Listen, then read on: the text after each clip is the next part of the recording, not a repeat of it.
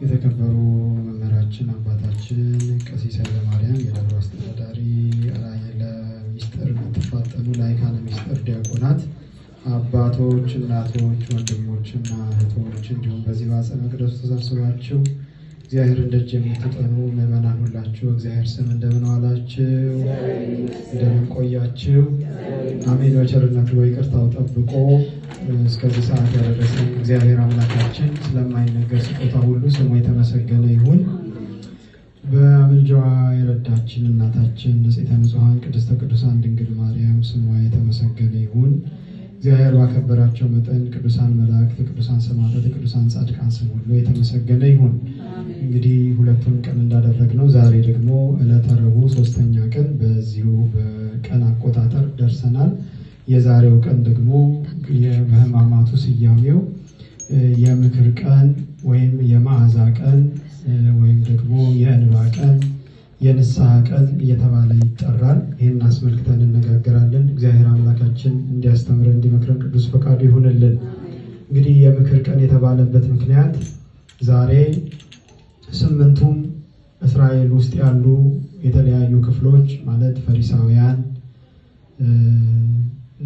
ረበናት መምህራን የሚባሉት እንዲሁም ቀራጮች የሚባሉት የሊቃ ካህናት የሚባሉት እንዲሁም ደግሞ የሕዝብ አለቆች የሚባሉት በሙሉ ሁሉም በአንድነት ተባብረው ጌታችን አምላካችን መድኃኒታችን ኢየሱስ ክርስቶስን ለመያዝና ለመግደል የመከሩበት የወሰኑበት ቀን ስለሆነ ይሄ ዕለተ ረቡዕ የምክር ቀን ተብሎ በዚህ በሕማማቱ ተሰይሟል ማለት ነው።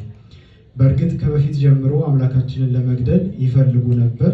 ነገር ግን ጊዜና ሰዓቱ ወዶ ፈቅዶ እነሱ መያዝ ስለቻሉ ብቻ የሚገድሉት ሳይሆን በፈቃዱ በአባቱ ፈቃድ በእርሱ ፈቃድ በመንፈስ ቅዱስ ፈቃድ መጥቶ አዳነ እንደተባለ ጊዜው ሳይደርስ እሱ ይሄንን ሊፈጽም አይችልምና ጊዜውን ሰዓቱን እስኪደርስ ድረስ ሊይዙት በሚፈልጉት ሰዓት ሁሉ በመካከላቸው እየተሰወረ ይሄድ ነበር እና በምን ምክንያት እንክሰሰው፣ በምን ምክንያት እናገኝበት በማለት ተንኮልን ያስቡበት ይነጋገሩበት ነበር።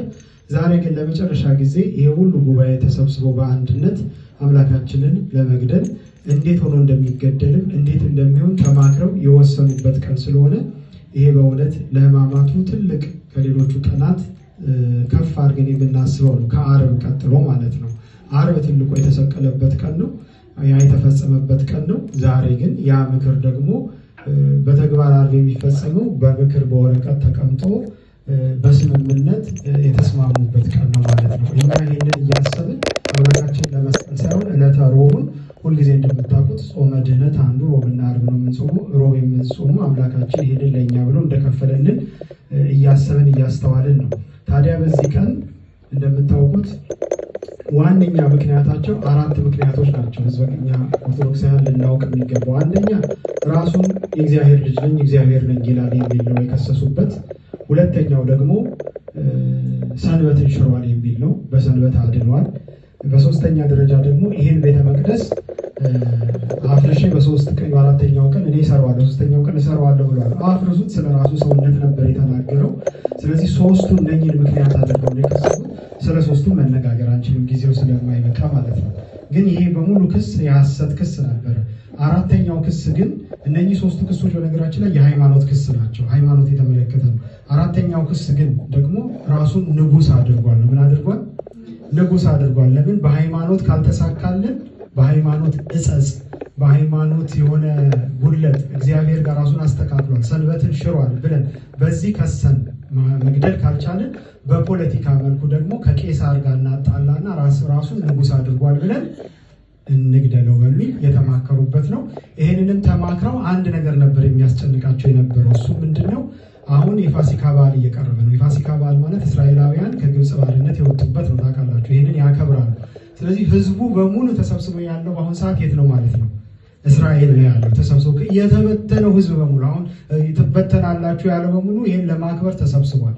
ስለዚህ እንዲህ ባለ ሁኔታ ተሰብስቦ ባለበት ሁኔታ ብንገድለው ረብሻ አመፅ ስለሚነሳብን በዓሉ ይለፍና እናደርገዋለን እንገድለዋለን ብለው ነበር የሚያስቡትና ይሄን እያሰቡ ግን መክረው ሲወጡ ግን በራሱ ልብ ተነሳሽነት ዛሬ የሚታሰበው በጣም የሚያስደንቀው ይሁዳ ሄዶ ይሄን አሳልፌ እኔ በሰጣችሁ ይሄ ሁሉ ረብሻ አመት ሳይነሳ እኔ አሳልፌ በሰጣችሁ ለዚህ ዋጋ ምን ትሰጡኛላችሁ ብሎ በራሱ ስምምነት ይሄን ስምምነት አድርጓል ማለት ነው። ይሁዳን ማን አነሳስቶት ምን አነሳስቶት ወደሱ ሄደ ቢባል ምንም። በነገራችን ላይ ለኛ መዳን ይሁዳ ጌታችንን በ30 ብር የመሸጡ ጉዳይ የመጨረሻ ጉዳይ ነው እንጂ ፍጹም የመጨረሻው ዓላማም ግብም አይደለም። እየተከተላችሁኝ ነው? ምክንያቱም እነሱ ተስማምተው ለመግደል ከወሰኑ በኋላ ሄዶ እንዴት አድርጎ ያን እንደሚፈጽምላቸው እንደውም ያንን የፋሲካ በዓል እንዴት አሳልፈን በኋላ ምን ይዘው ሰው አልበዛበት ቦታ ቀስ ብለን ሲሉ ችግር የለም እኔ ለብቻው የሚሆንበትን የሚወጣበትን የሚገባበትን ስለማቅ እግሩ ግር ስር እያልኩኝ ስለሚሄድ ተከትዬ እንደገና መልኩም ስለሚመሳሰል ከእስራኤላውያን ጋር እኔ ሄጄ የምስመው እሱ ክርስቶስ መሆኑን ታውቁና እኔ በምጠቁማችሁ ሰዓት እኔ በምነግራችሁ ሁኔታ መጣችሁ ትይዛታላችሁ ብሎ ለዚህ ዋጋ ምን ትከፍሉኛላችሁ ብሎ አምላኩን በ30 ብር ለመሸጥ በቅቷል ማለት ነው። እንግዲህ ይሁዳ ማለት ምንድነው? ሐዋርያ ነው። ይሁዳ ማለት ሊቀ ጳጳስ ነው። ይሁዳ ማለት ተአምራትን ያደርጋል፣ አጋንንትን ያወጣል። 3 ዓመት ከ3 ወር በእግሩ ቁጭ ብሎ የተማረ ነው። ተመልከቱ። ይሄ ሁሉ ሆኖ ግን የገንዘብ ፍቅር ስለነበረው ይሄን የገንዘብ ፍቅርን ጥማቱን ለማርካት ሲል ሄዶ አምላኩን በ30 ብር ለመሸጥ በቅቷል። ይሄ ከመሆኑ በፊት ይሁዳ ወደዛ ከመሄዱ በፊት ግን ጌታችንን ለመያዝ እነሱ ወስነው ከይሁዳ ጋር ስምምነት ከማድረጋቸው በፊት ግን ዛሬ ቀድመው ይሄ ቀን ሁለተኛ ቀን ምንድን ይባላል ያለው? የመዓዛ ቀን፣ የእንባ ቀን፣ የንስሐ ቀን ብለናል። በስምዖን ቤት ደግሞ ምሳ ግብዣ ተጠርቶ ይሁዳም ነበረ ጌታችንም ነበር በዛ ተመልከቱ። ስለዚህ በዛ ተቀምጦ ባለበት ሰዓት ደግሞ አንዲት በዝሙት ሕይወቷን በሙሉ የፈጀች የጨረሰች ሴት ደግሞ የአልባስጥሮስ ሽቶ በ300 ዲናር ገዝታ በስምዖን ቤት መኖሩን አውቃ ምናልባት ድውያንን ስለሚፈውስ በተአምራት ድውያንን ስለሚፈውስ በትምህርቱ በቃሉ ደግሞ ነፍስን ስለሚያድን እኔንም ከኃጢአቴ ይቅር ይለኛል ብላ ሳትፈራ እንደማያስገቧት ታውቃለች። ያን የ300 ብር ሽቶ ይዛ ወደ ማን ቤት ሄደች? ወደ ስምዖን ቤት ሄደች። ይሁዳም በዛ ተቀምጦ ነበር። እንግዲህ እሷ ገብታ ያደረገችው ምንድነው? ሽቶውን በላዩ ላይ አፈሰሰች። እንባዋን ቆማ ታፈሳለች። እንደገና በፀጉሯ ደግሞ እግሩን ታብሳለች። በእንባዋ እንደገና እግሩን ታርሳለች። እንዲህ እያደረገች እየወደቀች እየተነሳች ነበር። በዚህ ሰዓት ይሁዳ ይህን ሁሉ ይመለከታል። ተመልከቱ። ሊቆ ይህንን ብሎታል። በጣም የሚገርመው እድሜ ልኳን በዝሙት የኖረች ሴት በገንዘቧ ነፍሷን ስታድን 3 ዓመት ከ3 ወር ክርስቶስን እየተከተለ የተማረው ይሁዳ ግን በገንዘብ ምክንያት ነፍሱን አጣ ይላል። እና ክርስቶስን የሸጥከው ይመስላል እንጂ አንተ ማንን የሸጥከው? የራስህን ነፍስ ነው በ30 ብር የሸጥከው። ምክንያቱም ሁለቱም ጋር ተመልከቱ፣ ገንዘብ ነው። እሷም ባላት ገንዘብ ይሄን የአልባስጥሮስ ሽቶ ገዝታ መጣች። እሱም ገንዘብን ፍለጋ ማንን ሸጠ? ክርስቶስን ሸጠ። ነፍሱን ግን አሳልፎ ሸጠ ማለት ነው። ስለዚህ ይሄንን ሽቶ አምጥታ ስታደርግ እንደውም ይሁዳ በዛ ቁጭ ብሎ ምን ይል ነበረ? ይሄ ተሽጦ ለምን ይሆናል? ለድሆች ይሆናል ይል ነበር። ይሄን የሚለው ግን ገንዘብ ስለሚወድ ነው። ተመልከቱ። ጌታችን ይሁዳን ገንዘብ እንደሚሰርቅ እያወቀ ከሙዳይ ምጽዋት ገንዘብ እንደሚሰርቅ ያውቃል። ነገር ግን የሙዳይ ምጽዋቱ ከሐዋርያት የሚሰበሰበው ገንዘብ ያዥ አድርጎት ነበር የሾመው። ለምንድን ነው? ገንዘብ እንደሚሰርቅ እያወቀ እናንተ ገንዘባችሁ እንደሚሰርቃችሁ እያወቃችሁ እናንተ የምትሰሩበት መስሪያ ቤት እናንተ የምትሰሩበት ድርጅት የሚሰርቀውን ሰው የገንዘብ ተቆጣጣሪ ታደርጉታላችሁ? አታደርጉትም። እሱ ግን ከሐዋርያት የሚሰበሰበው የሚተዳደሩበትን ገንዘብ የሚይዘው ይሁዳ እንዲሆን አድርጎ ነበር። ይሄን ያደረገበት ዋነኛ ምክንያት ምን ብሎ ሰበብ እንዳይሰጥ መሰላችሁ? ገንዘብ አጥቼ ተቸግሬ በ30 ብር የሸጥኩት ለዛ ነው እንዳይል ምክንያት እንዳያደርግ ያንን እንኳን እየወሰደ ኃጢአት መሆኑን እያወቀ በዛ አልወቀሰው፣ ሰበብ እንዳያገኝ ማለት ነው። ስለዚህ ይሁዳ በዛም ተገኝቶ አሁን ተመልከቱ፣ ይህንን ሽቶ አምጥታ ስታፈስ ምን አለ ይሄ ተሽጦ ለድሆች ቢሰጥ ምን አለበት የሚለው አሁንም ምን አስቦ ነው ይላል? ገንዘቡን አስቦ ነው። የሚገርማችሁ ከዛ በኋላ ይሄንን ድሆችማ ከእናንተ ጋር ናቸው፣ ነገር ግን እኔ ከእናንተ ጋር የማልኖርበት ጊዜ አለ። ይሄንን ከነገራቸው በኋላ ይሁዳ በዚህ ሰዓት ከወጣ በኋላ ሄዶ ቀጥታ ከአይሁድ ጋር ምክር አድርጎ አምላኩን ለመሸጥ ከተስማማ በኋላ ተመልሶ እስከ ነገ ማታ ድረስ እስከ ዕለተ ሐሙስ ድረስ ከጌታው ጋር አብሮ ቁጭ ብሎ ነው ያለው። በጣም የሚያስደንቀው ይሄ ነው። አብሮ ቁጭ ብሎ እንደውም ጌታችን ነገ የጸሎተ ሐሙስ ላይ እንግዲህ የምናነሳው ከእናንተ አንዱ እኔን አሳልፎ ይሰጠኛል እያለ በሚናገርበት ሰዓት ሌሎቹ እኔ ሆንን እያሉ ሲደነግጡ ይሁዳም አብሮ ምን ይል ነበር? እኔ ሆንን እያለ በአምላኩ ፊት ያሾፍ ነበር። ሳያውቅ ነው ይሄን ያደረገው። ተሳስቶ ነው እንዳንል፣ ምክንያት ድንገት እንከን አግኝቶት ነው እንዳንል፣ አምላኩ ፊት እያስመሰለ መኖር የቻለ ጀግና ነው ይሁዳ።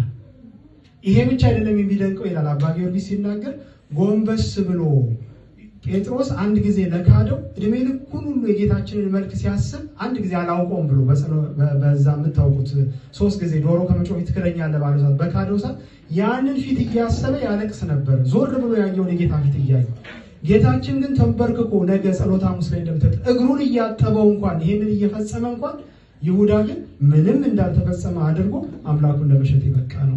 እግዚአብሔር እንዲህ ከመሆኑ ሁላችን ይሰውረን።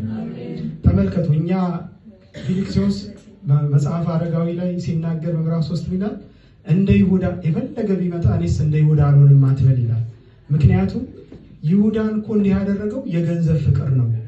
በአንተ ውስጥ ስር የሰደደው የገንዘብ ፍቅር ኃጢአት በአንተ ልቦና ውስጥ ካለ ይሄን ላለማድረግ ምንም ምክንያት የለም። እለት እለትስ ወንድምህን እህትህን በሐሰት ትሸጠው የለ ወይ አይደል እንዴ? ክርስቶስ ለእነኚህ ለወንድሞቼ ያላደረጋችሁትን ለእኔ ምን አላደረጋችሁም? ለእኔ እንዳደረጋችሁ አልቆጥረውም።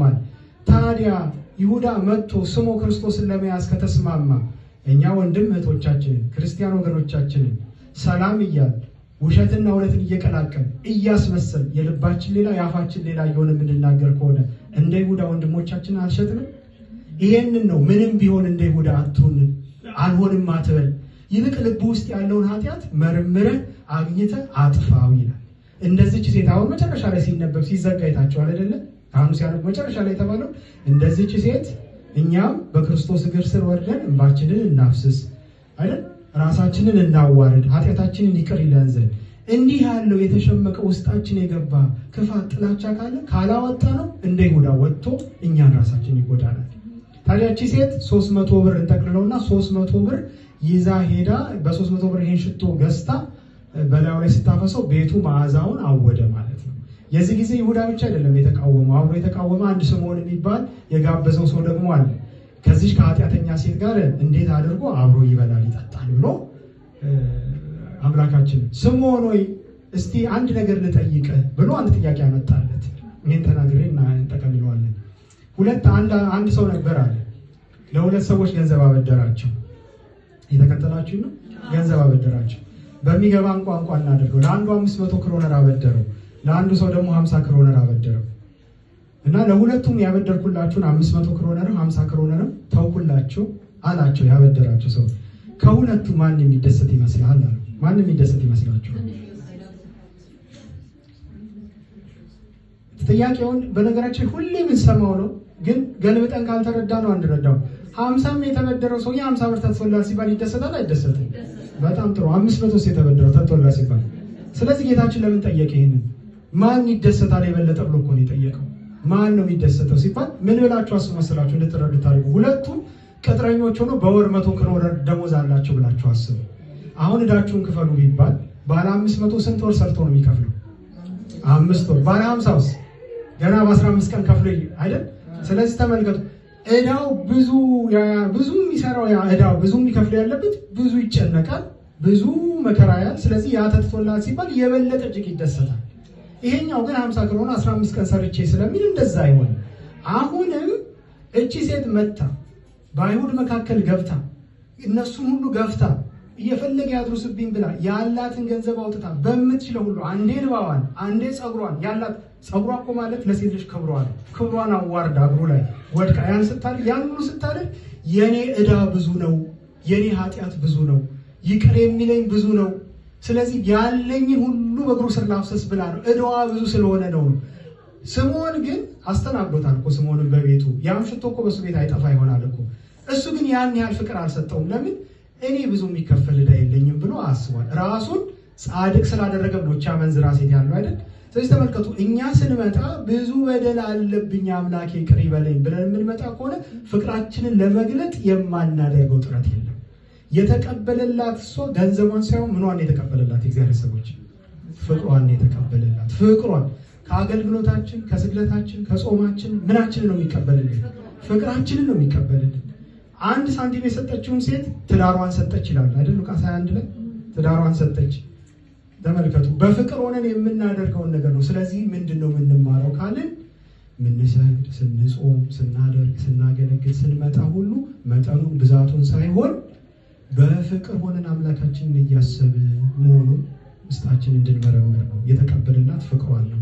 ስለዚህ ቤቱ መዓዛ ሞላ። ያ መዓዛ እንግዲህ ማለት ንስሐን እንደተቀበልናት በመላእክት ዘንድም በጌታ ዘንድም የተደረገውን ደስታ የሚያመለክት ነው። ይሄ የአልባስጥሮስ ሽቶ በስደቱ ጊዜ አምላካችን በተሰደደበት ጊዜ ሰሎሜ በውሃ ላይ ጌታችንን ስታጥበው እንግዲህ ፍጹም ሰው ነውና ከሰውነቱ የሚወጣው ላቦቱ በእንትኑ ላይ በሐይቁ ላይ ሰፎ ያን ሰብስበው ነው እንግዲህ በብልቃት አድርገው ልዩ መዓዛ የነበረው ሲተላለፍ ደርሶ አንድ ነጋዴ ጋር ከዛ ነጋዴ ነው አምጥታ መታ በላዩ ላይ ያፈሰሰችውና አባቶቻችን ይህን ሲናገሩ የራሱን መለኮት መዓዛ ለራሱ እንደገና ተቀበለው ብለው ይናገራሉ። ይሄ የተለየ ሽቶ ነው ማለት ነው ትርጉምና ይሄን ያደረገችው ግን ከፍቅሩ አንጻር ነው። ስለዚህ ዛሬ የእንባ ቀን ይባላል። እንባዋን ስላፈሰሰች ሽቶን አምጥታ ስላፈሰሰች ንስዋን ስለተቀበላት የመዓዛ ቀን ይባላል።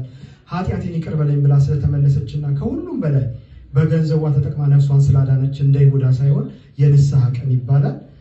በሌላ መልኩ ደግሞ ቅድም እንዳየነው በይሁዳም አስተባባሪነት በእነሱም ወሳኝነት ደግሞ አምላካችንን ለመስቀል ለመግደል ፕላን ያወጡበት ስለሆነ የምክር ቀን የአይሁድ የምክር ቀን ይባላል ማለት ነው። እግዚአብሔር አምላካችን በረድኤቱ የተነጋገርነውን ሁሉ በልቦናችን ይጻፍልን። እንበለ ደዌ ወሕማም እንበለ ጻማ ወድካም ያብጽሐነ ያብጽሕክሙ በፍስሐ ወሰላም። እግዚአብሔር ከሁላችን ጋር ይሁን። ይቆያል።